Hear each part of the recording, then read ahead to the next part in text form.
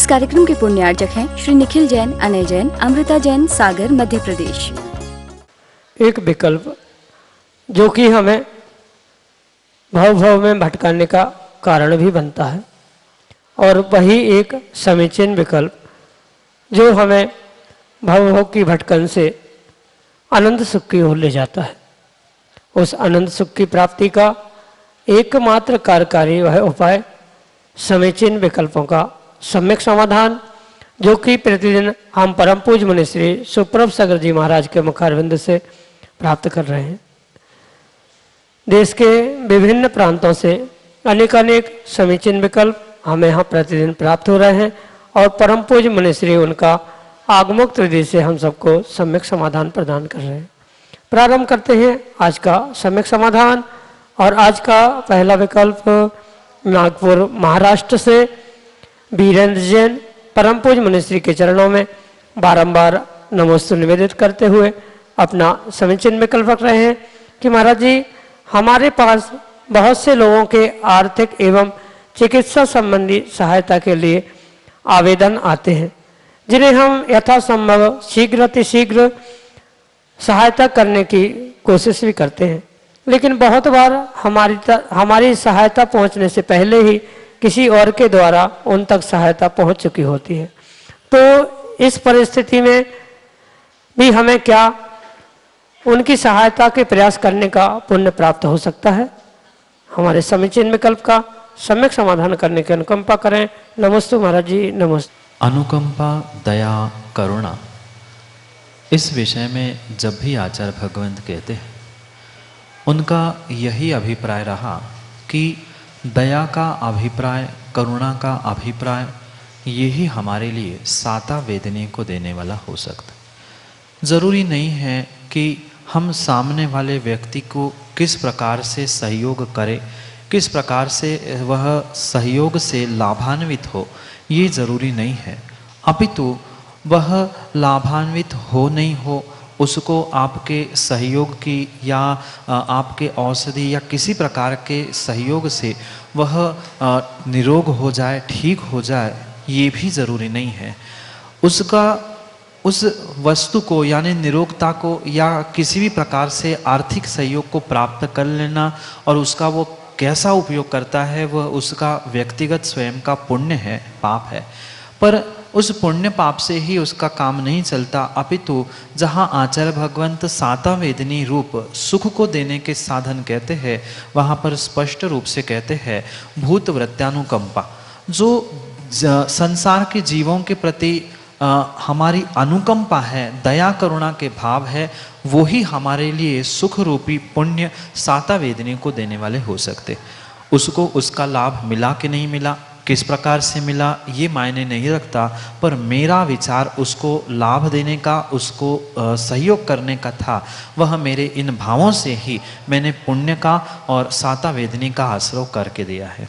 इसलिए जो आवेदन आपके पास आ रहे हैं, जिनको आप सहयोग कर रहे हो, उनके लिए तो आप पुण्य का आश्रय उनके निमित्त से कर ही रहे हो, पर साथ साथ ये भी निर्णय करना होगा कि जिनके लिए आप सहयोग नहीं कर पाए हैं पर फिर भी सहयोग करने की भावना थी, किसी अन्य स्थानों से उन्होंने सहयोग प्राप्त कर लिया, वहाँ भी आपको परिपूर्ण रूप से उनके सहयोग करने की भावना से, सहयोग करने के प्रयास से ही आपको पुण्य का लाभ हो सकता है। साता वेदनी का आश्रय आपने कर लिया। इसलिए ये विकल्प ना करें कि किसने सहयोग किया, हमने उनके प्रति दया अनुकंपा के जो भाव धारण किए थे उससे ही मुझे पुण्य और सुख का आश्रय हो चुका है। इसलिए वह उसको लाभ कितना मिला, किसके द्वारा मिला, किसने दिया, ये मायने नहीं रखता, पर मेरा भाव, मेरा अभिप्राय, मेरा विचार ही उसके लिए कार्यकारी है।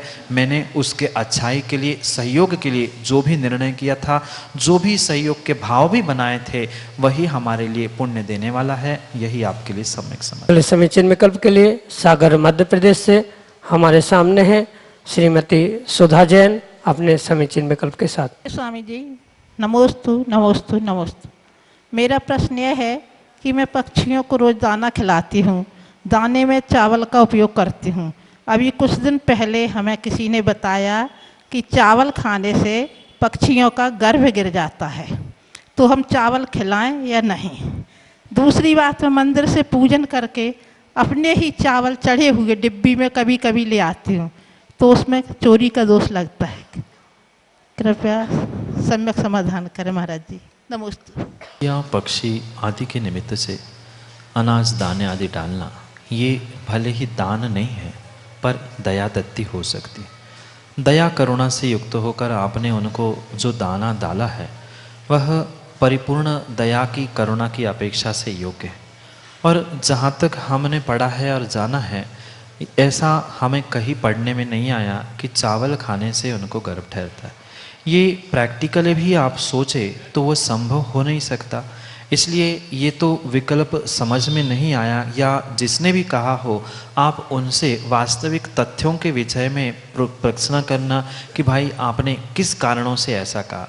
जहाँ तक कि हमने चाहे विज्ञान हो चाहे आगम हो, दोनों के ही परिप्रेक्ष्य में ऐसा कहीं भी पढ़ने में नहीं आया कि कोई ऐसे चावल के दाने खाने से उसको गर्भ ठहर गया, ऐसा कहीं पढ़ने में और देखने में नहीं आया। इसलिए चावल आदि डालने में कोई दोष नहीं है। रही बात जो आपने चढ़ाए हुए द्रव्य के विषय में प्रश्न पूछा है, पहली बात तो हमें उस विषय में यह समझनी होगी कि जो भी द्रव्य हमने चढ़ाया है वह परिपूर्ण रूप से हमारे लिए निर्माल्य है। और जो निर्माल्य है उसके लिए आचार्य भगवान कहते हैं कि उस निर्माल्य को श्रावक को हाथ भी नहीं लगाना चाहिए। हाँ, किसी कारण से जगह बनाने के लिए या हमें पूजा करने के लिए पुराना द्रव्य अलग किया, वहाँ तक तो ठीक है, पर जिसका हमने त्याग कर लिया है, जो मेरे लिए निर्माल्य है, उसको भले ही उनको खिलाने के राग में हम ले आ रहे हैं, तो वहाँ भी कहीं ना कहीं हमें अभी उस निर्माल्य के प्रति भी राग हो गया कि मैंने चढ़ाया। फिर अगर आपको उनको ही खिलाना ही था, चिड़िया आदि को दाना ही डालना था, तो आपके घर में क्या इतनी भी कमी थी? क्या हम अपने घर की मुट्ठी भर चावल नहीं डाल सकते? रही बात वहाँ के मंदिर की है, अगर मंदिर के भी फिर आपने ही चढ़ाया हुआ सामग्री या वही निर्माल्य क्यों ले आए? आप दूसरों की भी तो ला सकते थे, पर वहाँ निर्माल्य में आपका ये महत्व भाव अटका है कि मैंने चढ़ाया है, ये मेरा द्रव्य है। वहाँ आपने जैसे ही ओम ह्रीम निरूपामितिस वहाँ आदि करके उस द्रव्य को समर्पित किया है, चढ़ाया है, उस समय से वह आपका द्रव्य नहीं बचा है। और वह द्रव्य नहीं बचने के कारण से, आपका नहीं ममत्व नहीं होने के कारण से वह चढ़ाया होने से निर्माल्य है, और आपका नहीं होने से वह आपको चोरी का दोष भी लगाने वाला हो सकता है। इसलिए उत्कृष्ट मार्ग तो यही है, जो आपने चढ़ाया वो चढ़ा दिया। हमें उस पर ये राग नहीं रखना चाहिए कि हम उसको ले जाकर उन चिड़िया आदि को दे दे, उसकी जो जैसी मंदिर की व्यवस्था है वहाँ पर वैसी हो, हमें उससे कोई प्रयोजन नहीं रखना चाहिए। अपना काम पूजा करना था, हमने पूजा कर लिया, वह द्रव्य जहाँ जैसी पहुँचे वह व्यवस्थापकों की मर्जी थी। इसलिए ये निर्णय हम अवश्य करें कि घर में लाना ये किसी आगम ग्रंथों में नहीं लिखा है, इसलिए उस निर्माल्य को हम घर में लाने का प्रयास ना करें। हमारी इतनी शक्ति है, अगर हमें इतनी ही दया करुणा है उन जीवों के प्रति, तो एक मुट्ठी स्वयं का भोजन कम करते उनको खिला दो, वो दया हो जाएगी। पर निर्माल्य का, जब निर्माल्य हम स्वयं नहीं सेवन कर सकते हैं माँ, तो निर्माल्य का दूसरों को सेवन कैसे करा सकते? कृत कारित अनुमोदना, इनको हमें समझने की आवश्यकता है। जब हम नहीं कर सकते और दूसरों से करा रहे हैं तो कारित हुआ, दूसरों के करने वालों की अनुमोदना कर रहे हैं तो वह अनुमोदना हुई। तीनों प्रकार से हमें वह समान पाप लग सकता है निर्माल्य के सेवन का, जब जिसका सेवन हम नहीं कर सकते। जैसे अभक्ष्य का सेवन हम नहीं करते, पर दूसरों को करने से भी जैसा पाप लग सकता है। आपने माना कि आलू प्याज रात्रि भोजन त्याग किया है, तो क्या दूसरों को बना के खिला सकते हैं? खिला रहे बात अलग है, पर पाप तो लग रहा है। ऐसे ही निर्माल्य का सेवन जब मनुष्य नहीं कर सकता, हम तिर्यंचों को कैसे खिला सकते हैं निर्माल्य? ये एक विचारणीय बात है। इसलिए आगम के परिप्रेक्ष्य में हम निर्माल्य उठाकर लाना, उसको चिड़िया या जानवर आदि को खिलाना आगम के परिप्रेक्ष्य में योग्य नहीं है। यही आपके लिए सम्यक समझ। अगले समीचीन विकल्प के लिए हमारे सामने है सागर मध्य प्रदेश से श्रेयांश जैन LI से। महाराज श्री नमोस्तु नमोस्तु नमोस्तु। महाराज श्री, मंदिरों में प्रतिमा विराजमान करने के उपरांत अगर मंदिर कमेटी उसकी पूजन अभिषेक आदि की व्यवस्था नहीं करती, तो उसका दोष क्या प्रतिमा विराजमान करने वालों को लगेगा या कमेटी को लगेगा? समाधान। भगवान की प्रतिमा विराजमान करने वाले का भगवान की प्रतिमा विराजमान करने दिया यही उसका काम पूर्ण हो। किंचित भी प्रतिमा विराजमान करने वाले को उस प्रतिमा में, मंदिर में या व्यवस्था में राग करने की आवश्यकता नहीं। हमने वह समाज के लिए, व्यवस्थापकों के लिए या संस्था क्षेत्र आदि के लिए प्रतिमा दान स्वरूप दे दी, हमारा काम पूर्ण हो गया। अब भले ही उसमें कुछ कारणों से प्रशस्ति आदि लिखी है, भले ही हम कह रहे हैं कि हमने विराजमान की है, पर हमें उस प्रतिमा के प्रति, भगवान के प्रति अपने राग को, ममत्व को छोड़ना। जब हमने उसका राग और प्रतिमा को दान स्वरूप में विराजमान कर ही लिया है, तो हमें उसके प्रति राग करके उसकी क्या, कौन, कैसी व्यवस्था कर रहा है, उसके प्रति उलझने की भी आवश्यकता नहीं है। और सीधी सी बात है, हमारा काम विराजमान करने का था, हमने विराजमान कर लिया।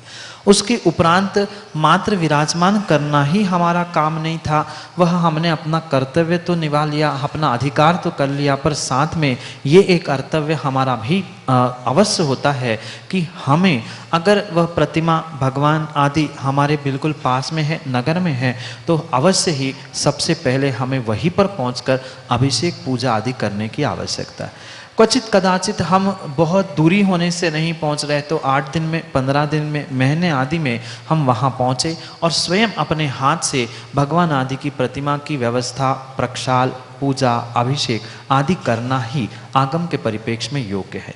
भले ही हमने प्रतिमा विराजमान कर ली, हमारा काम पूर्ण हो गया था, पर फिर भी हमारा ये कर्तव्य था कि भले ही हम व्यवस्थापक बन के नहीं, अपितु हमने इतना अपने धन राशि का, संपत्ति का उपयोग करके भगवान की प्रतिमा विराजमान की है, तो उसकी व्यवस्था भी बनाना पहला कर्तव्य मेरा है।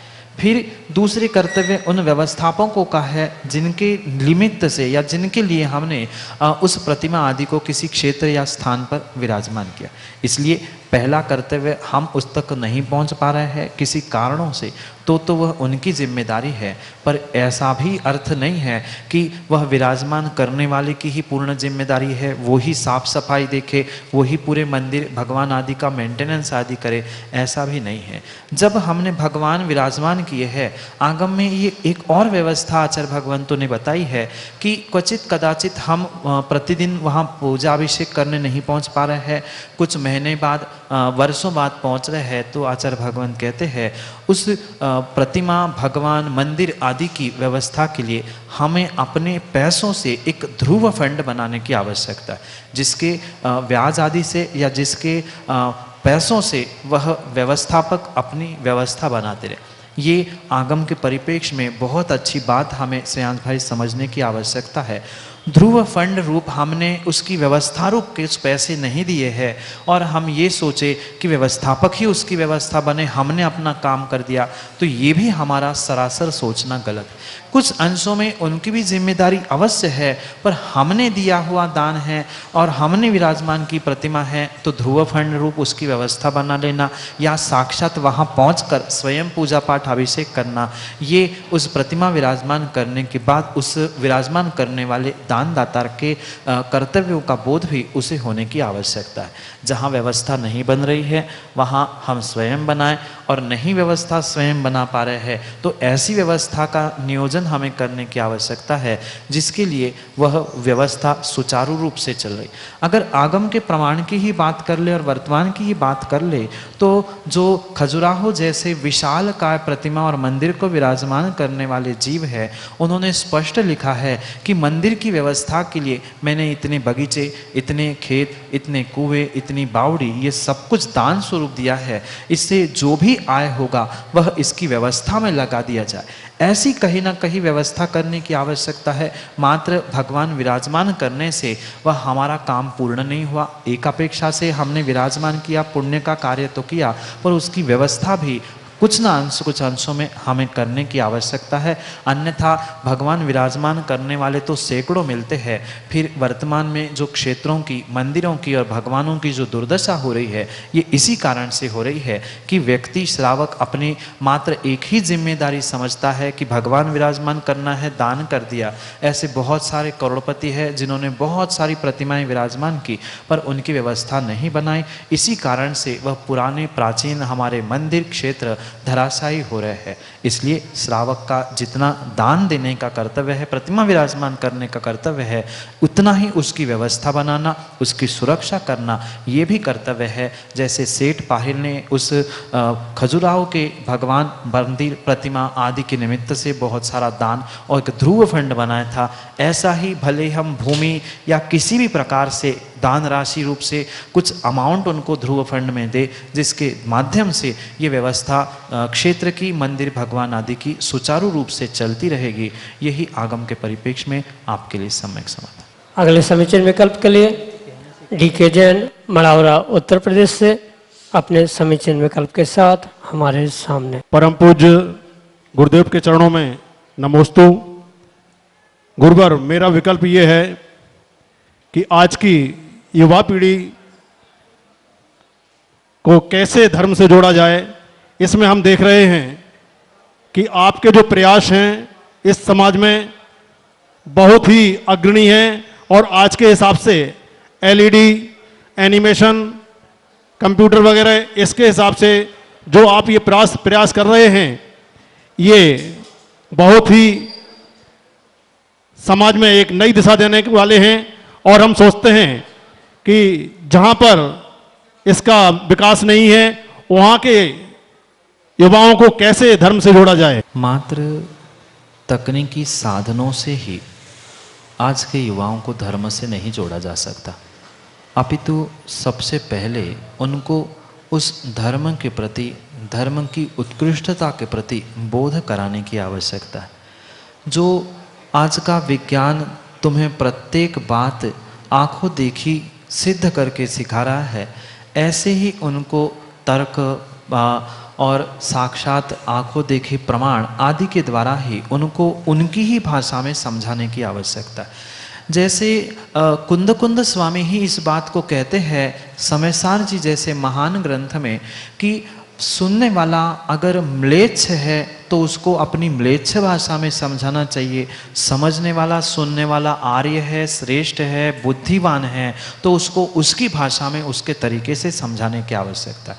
ऐसे ही वर्तमान की युवा पीढ़ी को प्रत्येक कार्य के पीछे लॉजिक चाहता है वह युवा, और उस युवा पीढ़ी को प्रत्येक कार्य करने के पीछे अगर हमने लॉजिक सिखाया कि भाई पूजा करनी है क्यों करनी है, सोले के वस्त्र पहनने हैं क्यों करने हैं, अब उपवास किया जाता है वो कैसे और क्यों किया जाता है, आदि प्रकार के अगर तार्किक दृष्टिकोण से उन्हें समझाने का भी प्रयास किया जाए तो भी वह वर्तमान की युवा पीढ़ी धर्म से, धर्म क्रियाओं से जुड़ सकती। पर समस्या ये है कि समझाने वालों को ही उसके प्रति तर्क नहीं पता है, उन्होंने भी मात्र बाबा वाक्यम प्रमाणम में जीना सीखा है, जो सुना, जो बुजुर्गों ने किया वो ही उन्होंने किया, इसलिए वह आज की वर्तमान की युवा पीढ़ी धर्म से नहीं जुड़ना चाहती। साथ में दूसरी एक बात ये भी हमें समझने की आवश्यकता है कि जो वर्तमान में बहुत सारे धर्म क्षेत्रों में, धर्म स्थानों में दो धर्मात्माओं के भीतर या धर्मात्माओं के निमित्त से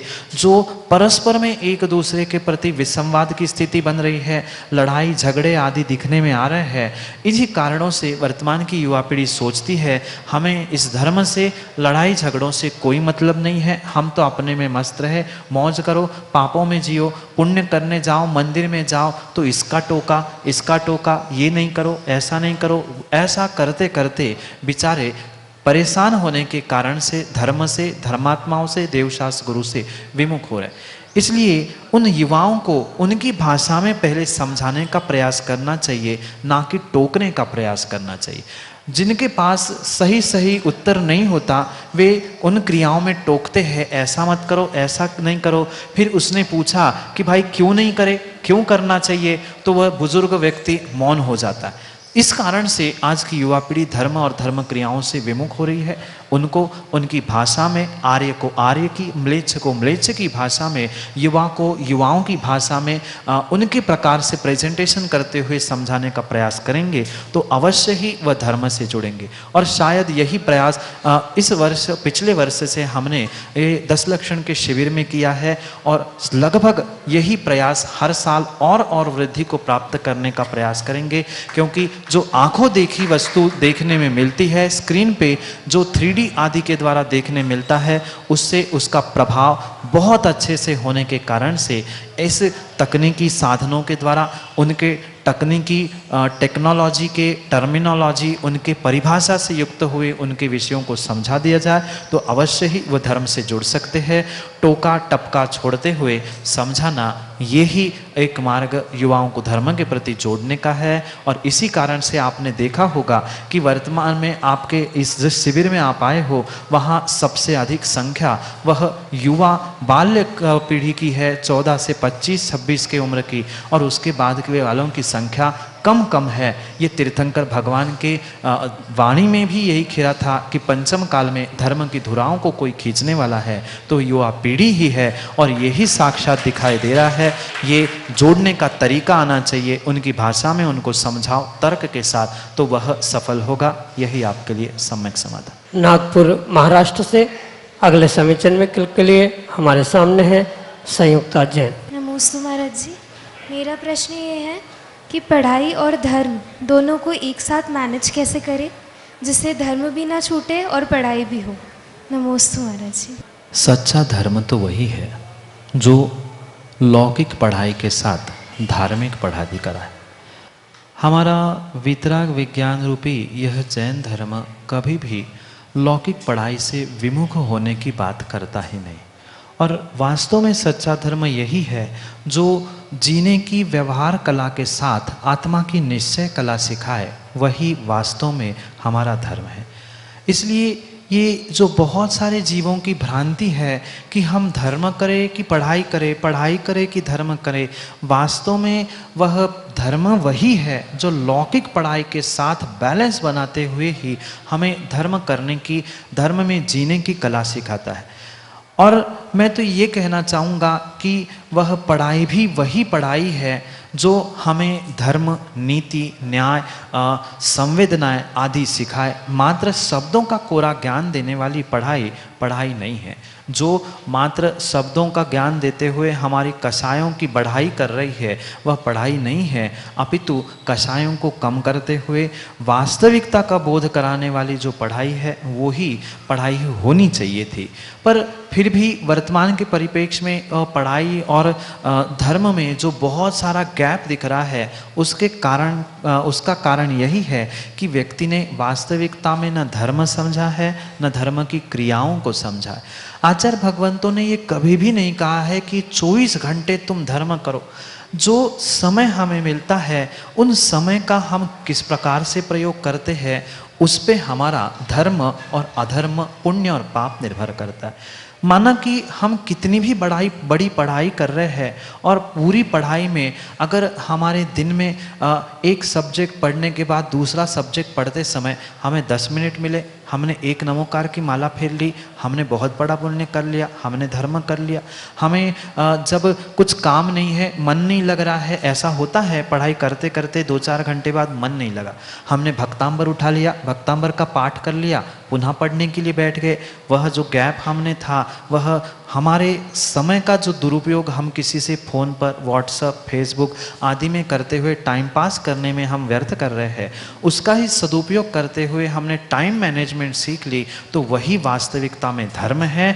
टाइम की मैनेजमेंट धर्म है और टाइम की मैनेजमेंट ही वह पढ़ाई है। भले ही लौकिक टाइम का मैनेजमेंट पढ़ाई सिखाती है पर समय का नियोजन यानी आत्मा का, आगम का और समय का नियोजन ही वह धर्म है। इसलिए जो धर्म करता है उसे ज़रूरी नहीं है कि मंदिर में ही देवशास्त्र गुरु के पास ही पहुंचकर धर्म करे, वह घर में बैठे बैठे भी धर्म को प्राप्त कर सकता है। कषायों की मंदता धर्म है, हिंसा नहीं करना धर्म है, 12 भावनाओं का चिंतन करना भी धर्म कहा है, दूसरे जीवों पर दया करना ये भी धर्म कहा है, कषायों को प्राप्त नहीं होना ये भी धर्म है। हम इस प्रकार से भी घर में बैठे बैठे पढ़ाई करते करते धर्म को प्राप्त कर सकते। ज़रूरी नहीं है कि घंटों घंटों पूजा, घंटों घंटों का स्वाध्याय ही हमें पुण्य देने वाला धर्म हो सके। जैसा हमें समय मिला हमने उतने समय में कोई माला फेर ली, कोई अच्छा चिंतन कर लिया। सुबह उठते उठते ही जैसे ही सुबह हम जल्दी उठे, समय पर ब्रह्म मुहूर्त में उठकर हमने भगवान का स्मरण करते ही एक कायोत्सर्ग करके पढ़ाई प्रारंभ कर ली। हमने बहुत सारा पुण्य प्राप्त कर लिया। जो आगम के ग्रंथों में आचार्य भगवंतों ने कहा है कि कालातिचार का पालन करते हुए, यानी किस काल में क्या करना है उसका बोध करते हुए हमें पढ़ाई में भी टाइम मैनेजमेंट सीख ली, तो वह पढ़ाई की टाइम मैनेजमेंट भी हमें धर्म को देने वाली हो सकती है। इस प्रकार से हम धर्म और पढ़ाई को समय मैनेजमेंट के साथ, समय नियोजन के साथ प्राप्त कर सकते हैं, क्योंकि समय पे किया गया काम समय को दिलाता है। जय जन बंधु, आप हम सभी लाभ ले रहे थे समीचीन विकल्पों का सम्यक समाधान, इस लोकप्रिय कार्यक्रम। प्रतिदिन की भांति देश विदेश से जो लोगों के मन में उठने वाले विकल्प है, उसका समाधान मुनि श्री सुप्रभ सागर जी महाराज अपने मंगलमय वाणी से कर रहे थे। अगर आप अपने मन में उठने वाले विकल्पों को शांत करना चाहते हो तो हमारा व्हाट्सएप नंबर 8707548811, इस पे ऑडियो मैसेज या टेक्स्ट मैसेज के द्वारा अपना विकल्प हम तक पहुंचा सकते हो। samyak.samadhan@gmail.com इस जीमेल आईडी पे भी आप अपना विकल्प हम तक प्रेषित कर सकते हो। मुनिषी के प्रवचन प्रतिदिन के भांति शाम को 4 बजे बहुचर्चित लोकप्रिय कार्यक्रम सम्यक समाधान का प्रसारण पारस टीवी के माध्यम से होता है, एवं 5:13 पे यह कार्यक्रम सम्यक समाधान यूट्यूब चैनल सुप्रभोज के माध्यम से प्रसारित होता है। अगर आप इस कोई कार्यक्रम के माध्यम से पुण्यार्जन प्राप्त करना चाहते हो, ज्ञान दान में अपनी संपत्ति का सदुपयोग करना चाहते हो, तो हमसे जरूर संपर्क करें। मुनिषी के चरणों में तीबार बार नमोस्तु करते हुए आज के इस कार्यक्रम की बेला को यहीं पे विराम देते हैं। नमोस्तु नमोस्तु नमोस्तु। इस कार्यक्रम के पुण्यार्जक हैं श्री निखिल जैन, अनय जैन, अमृता जैन, सागर, मध्य प्रदेश।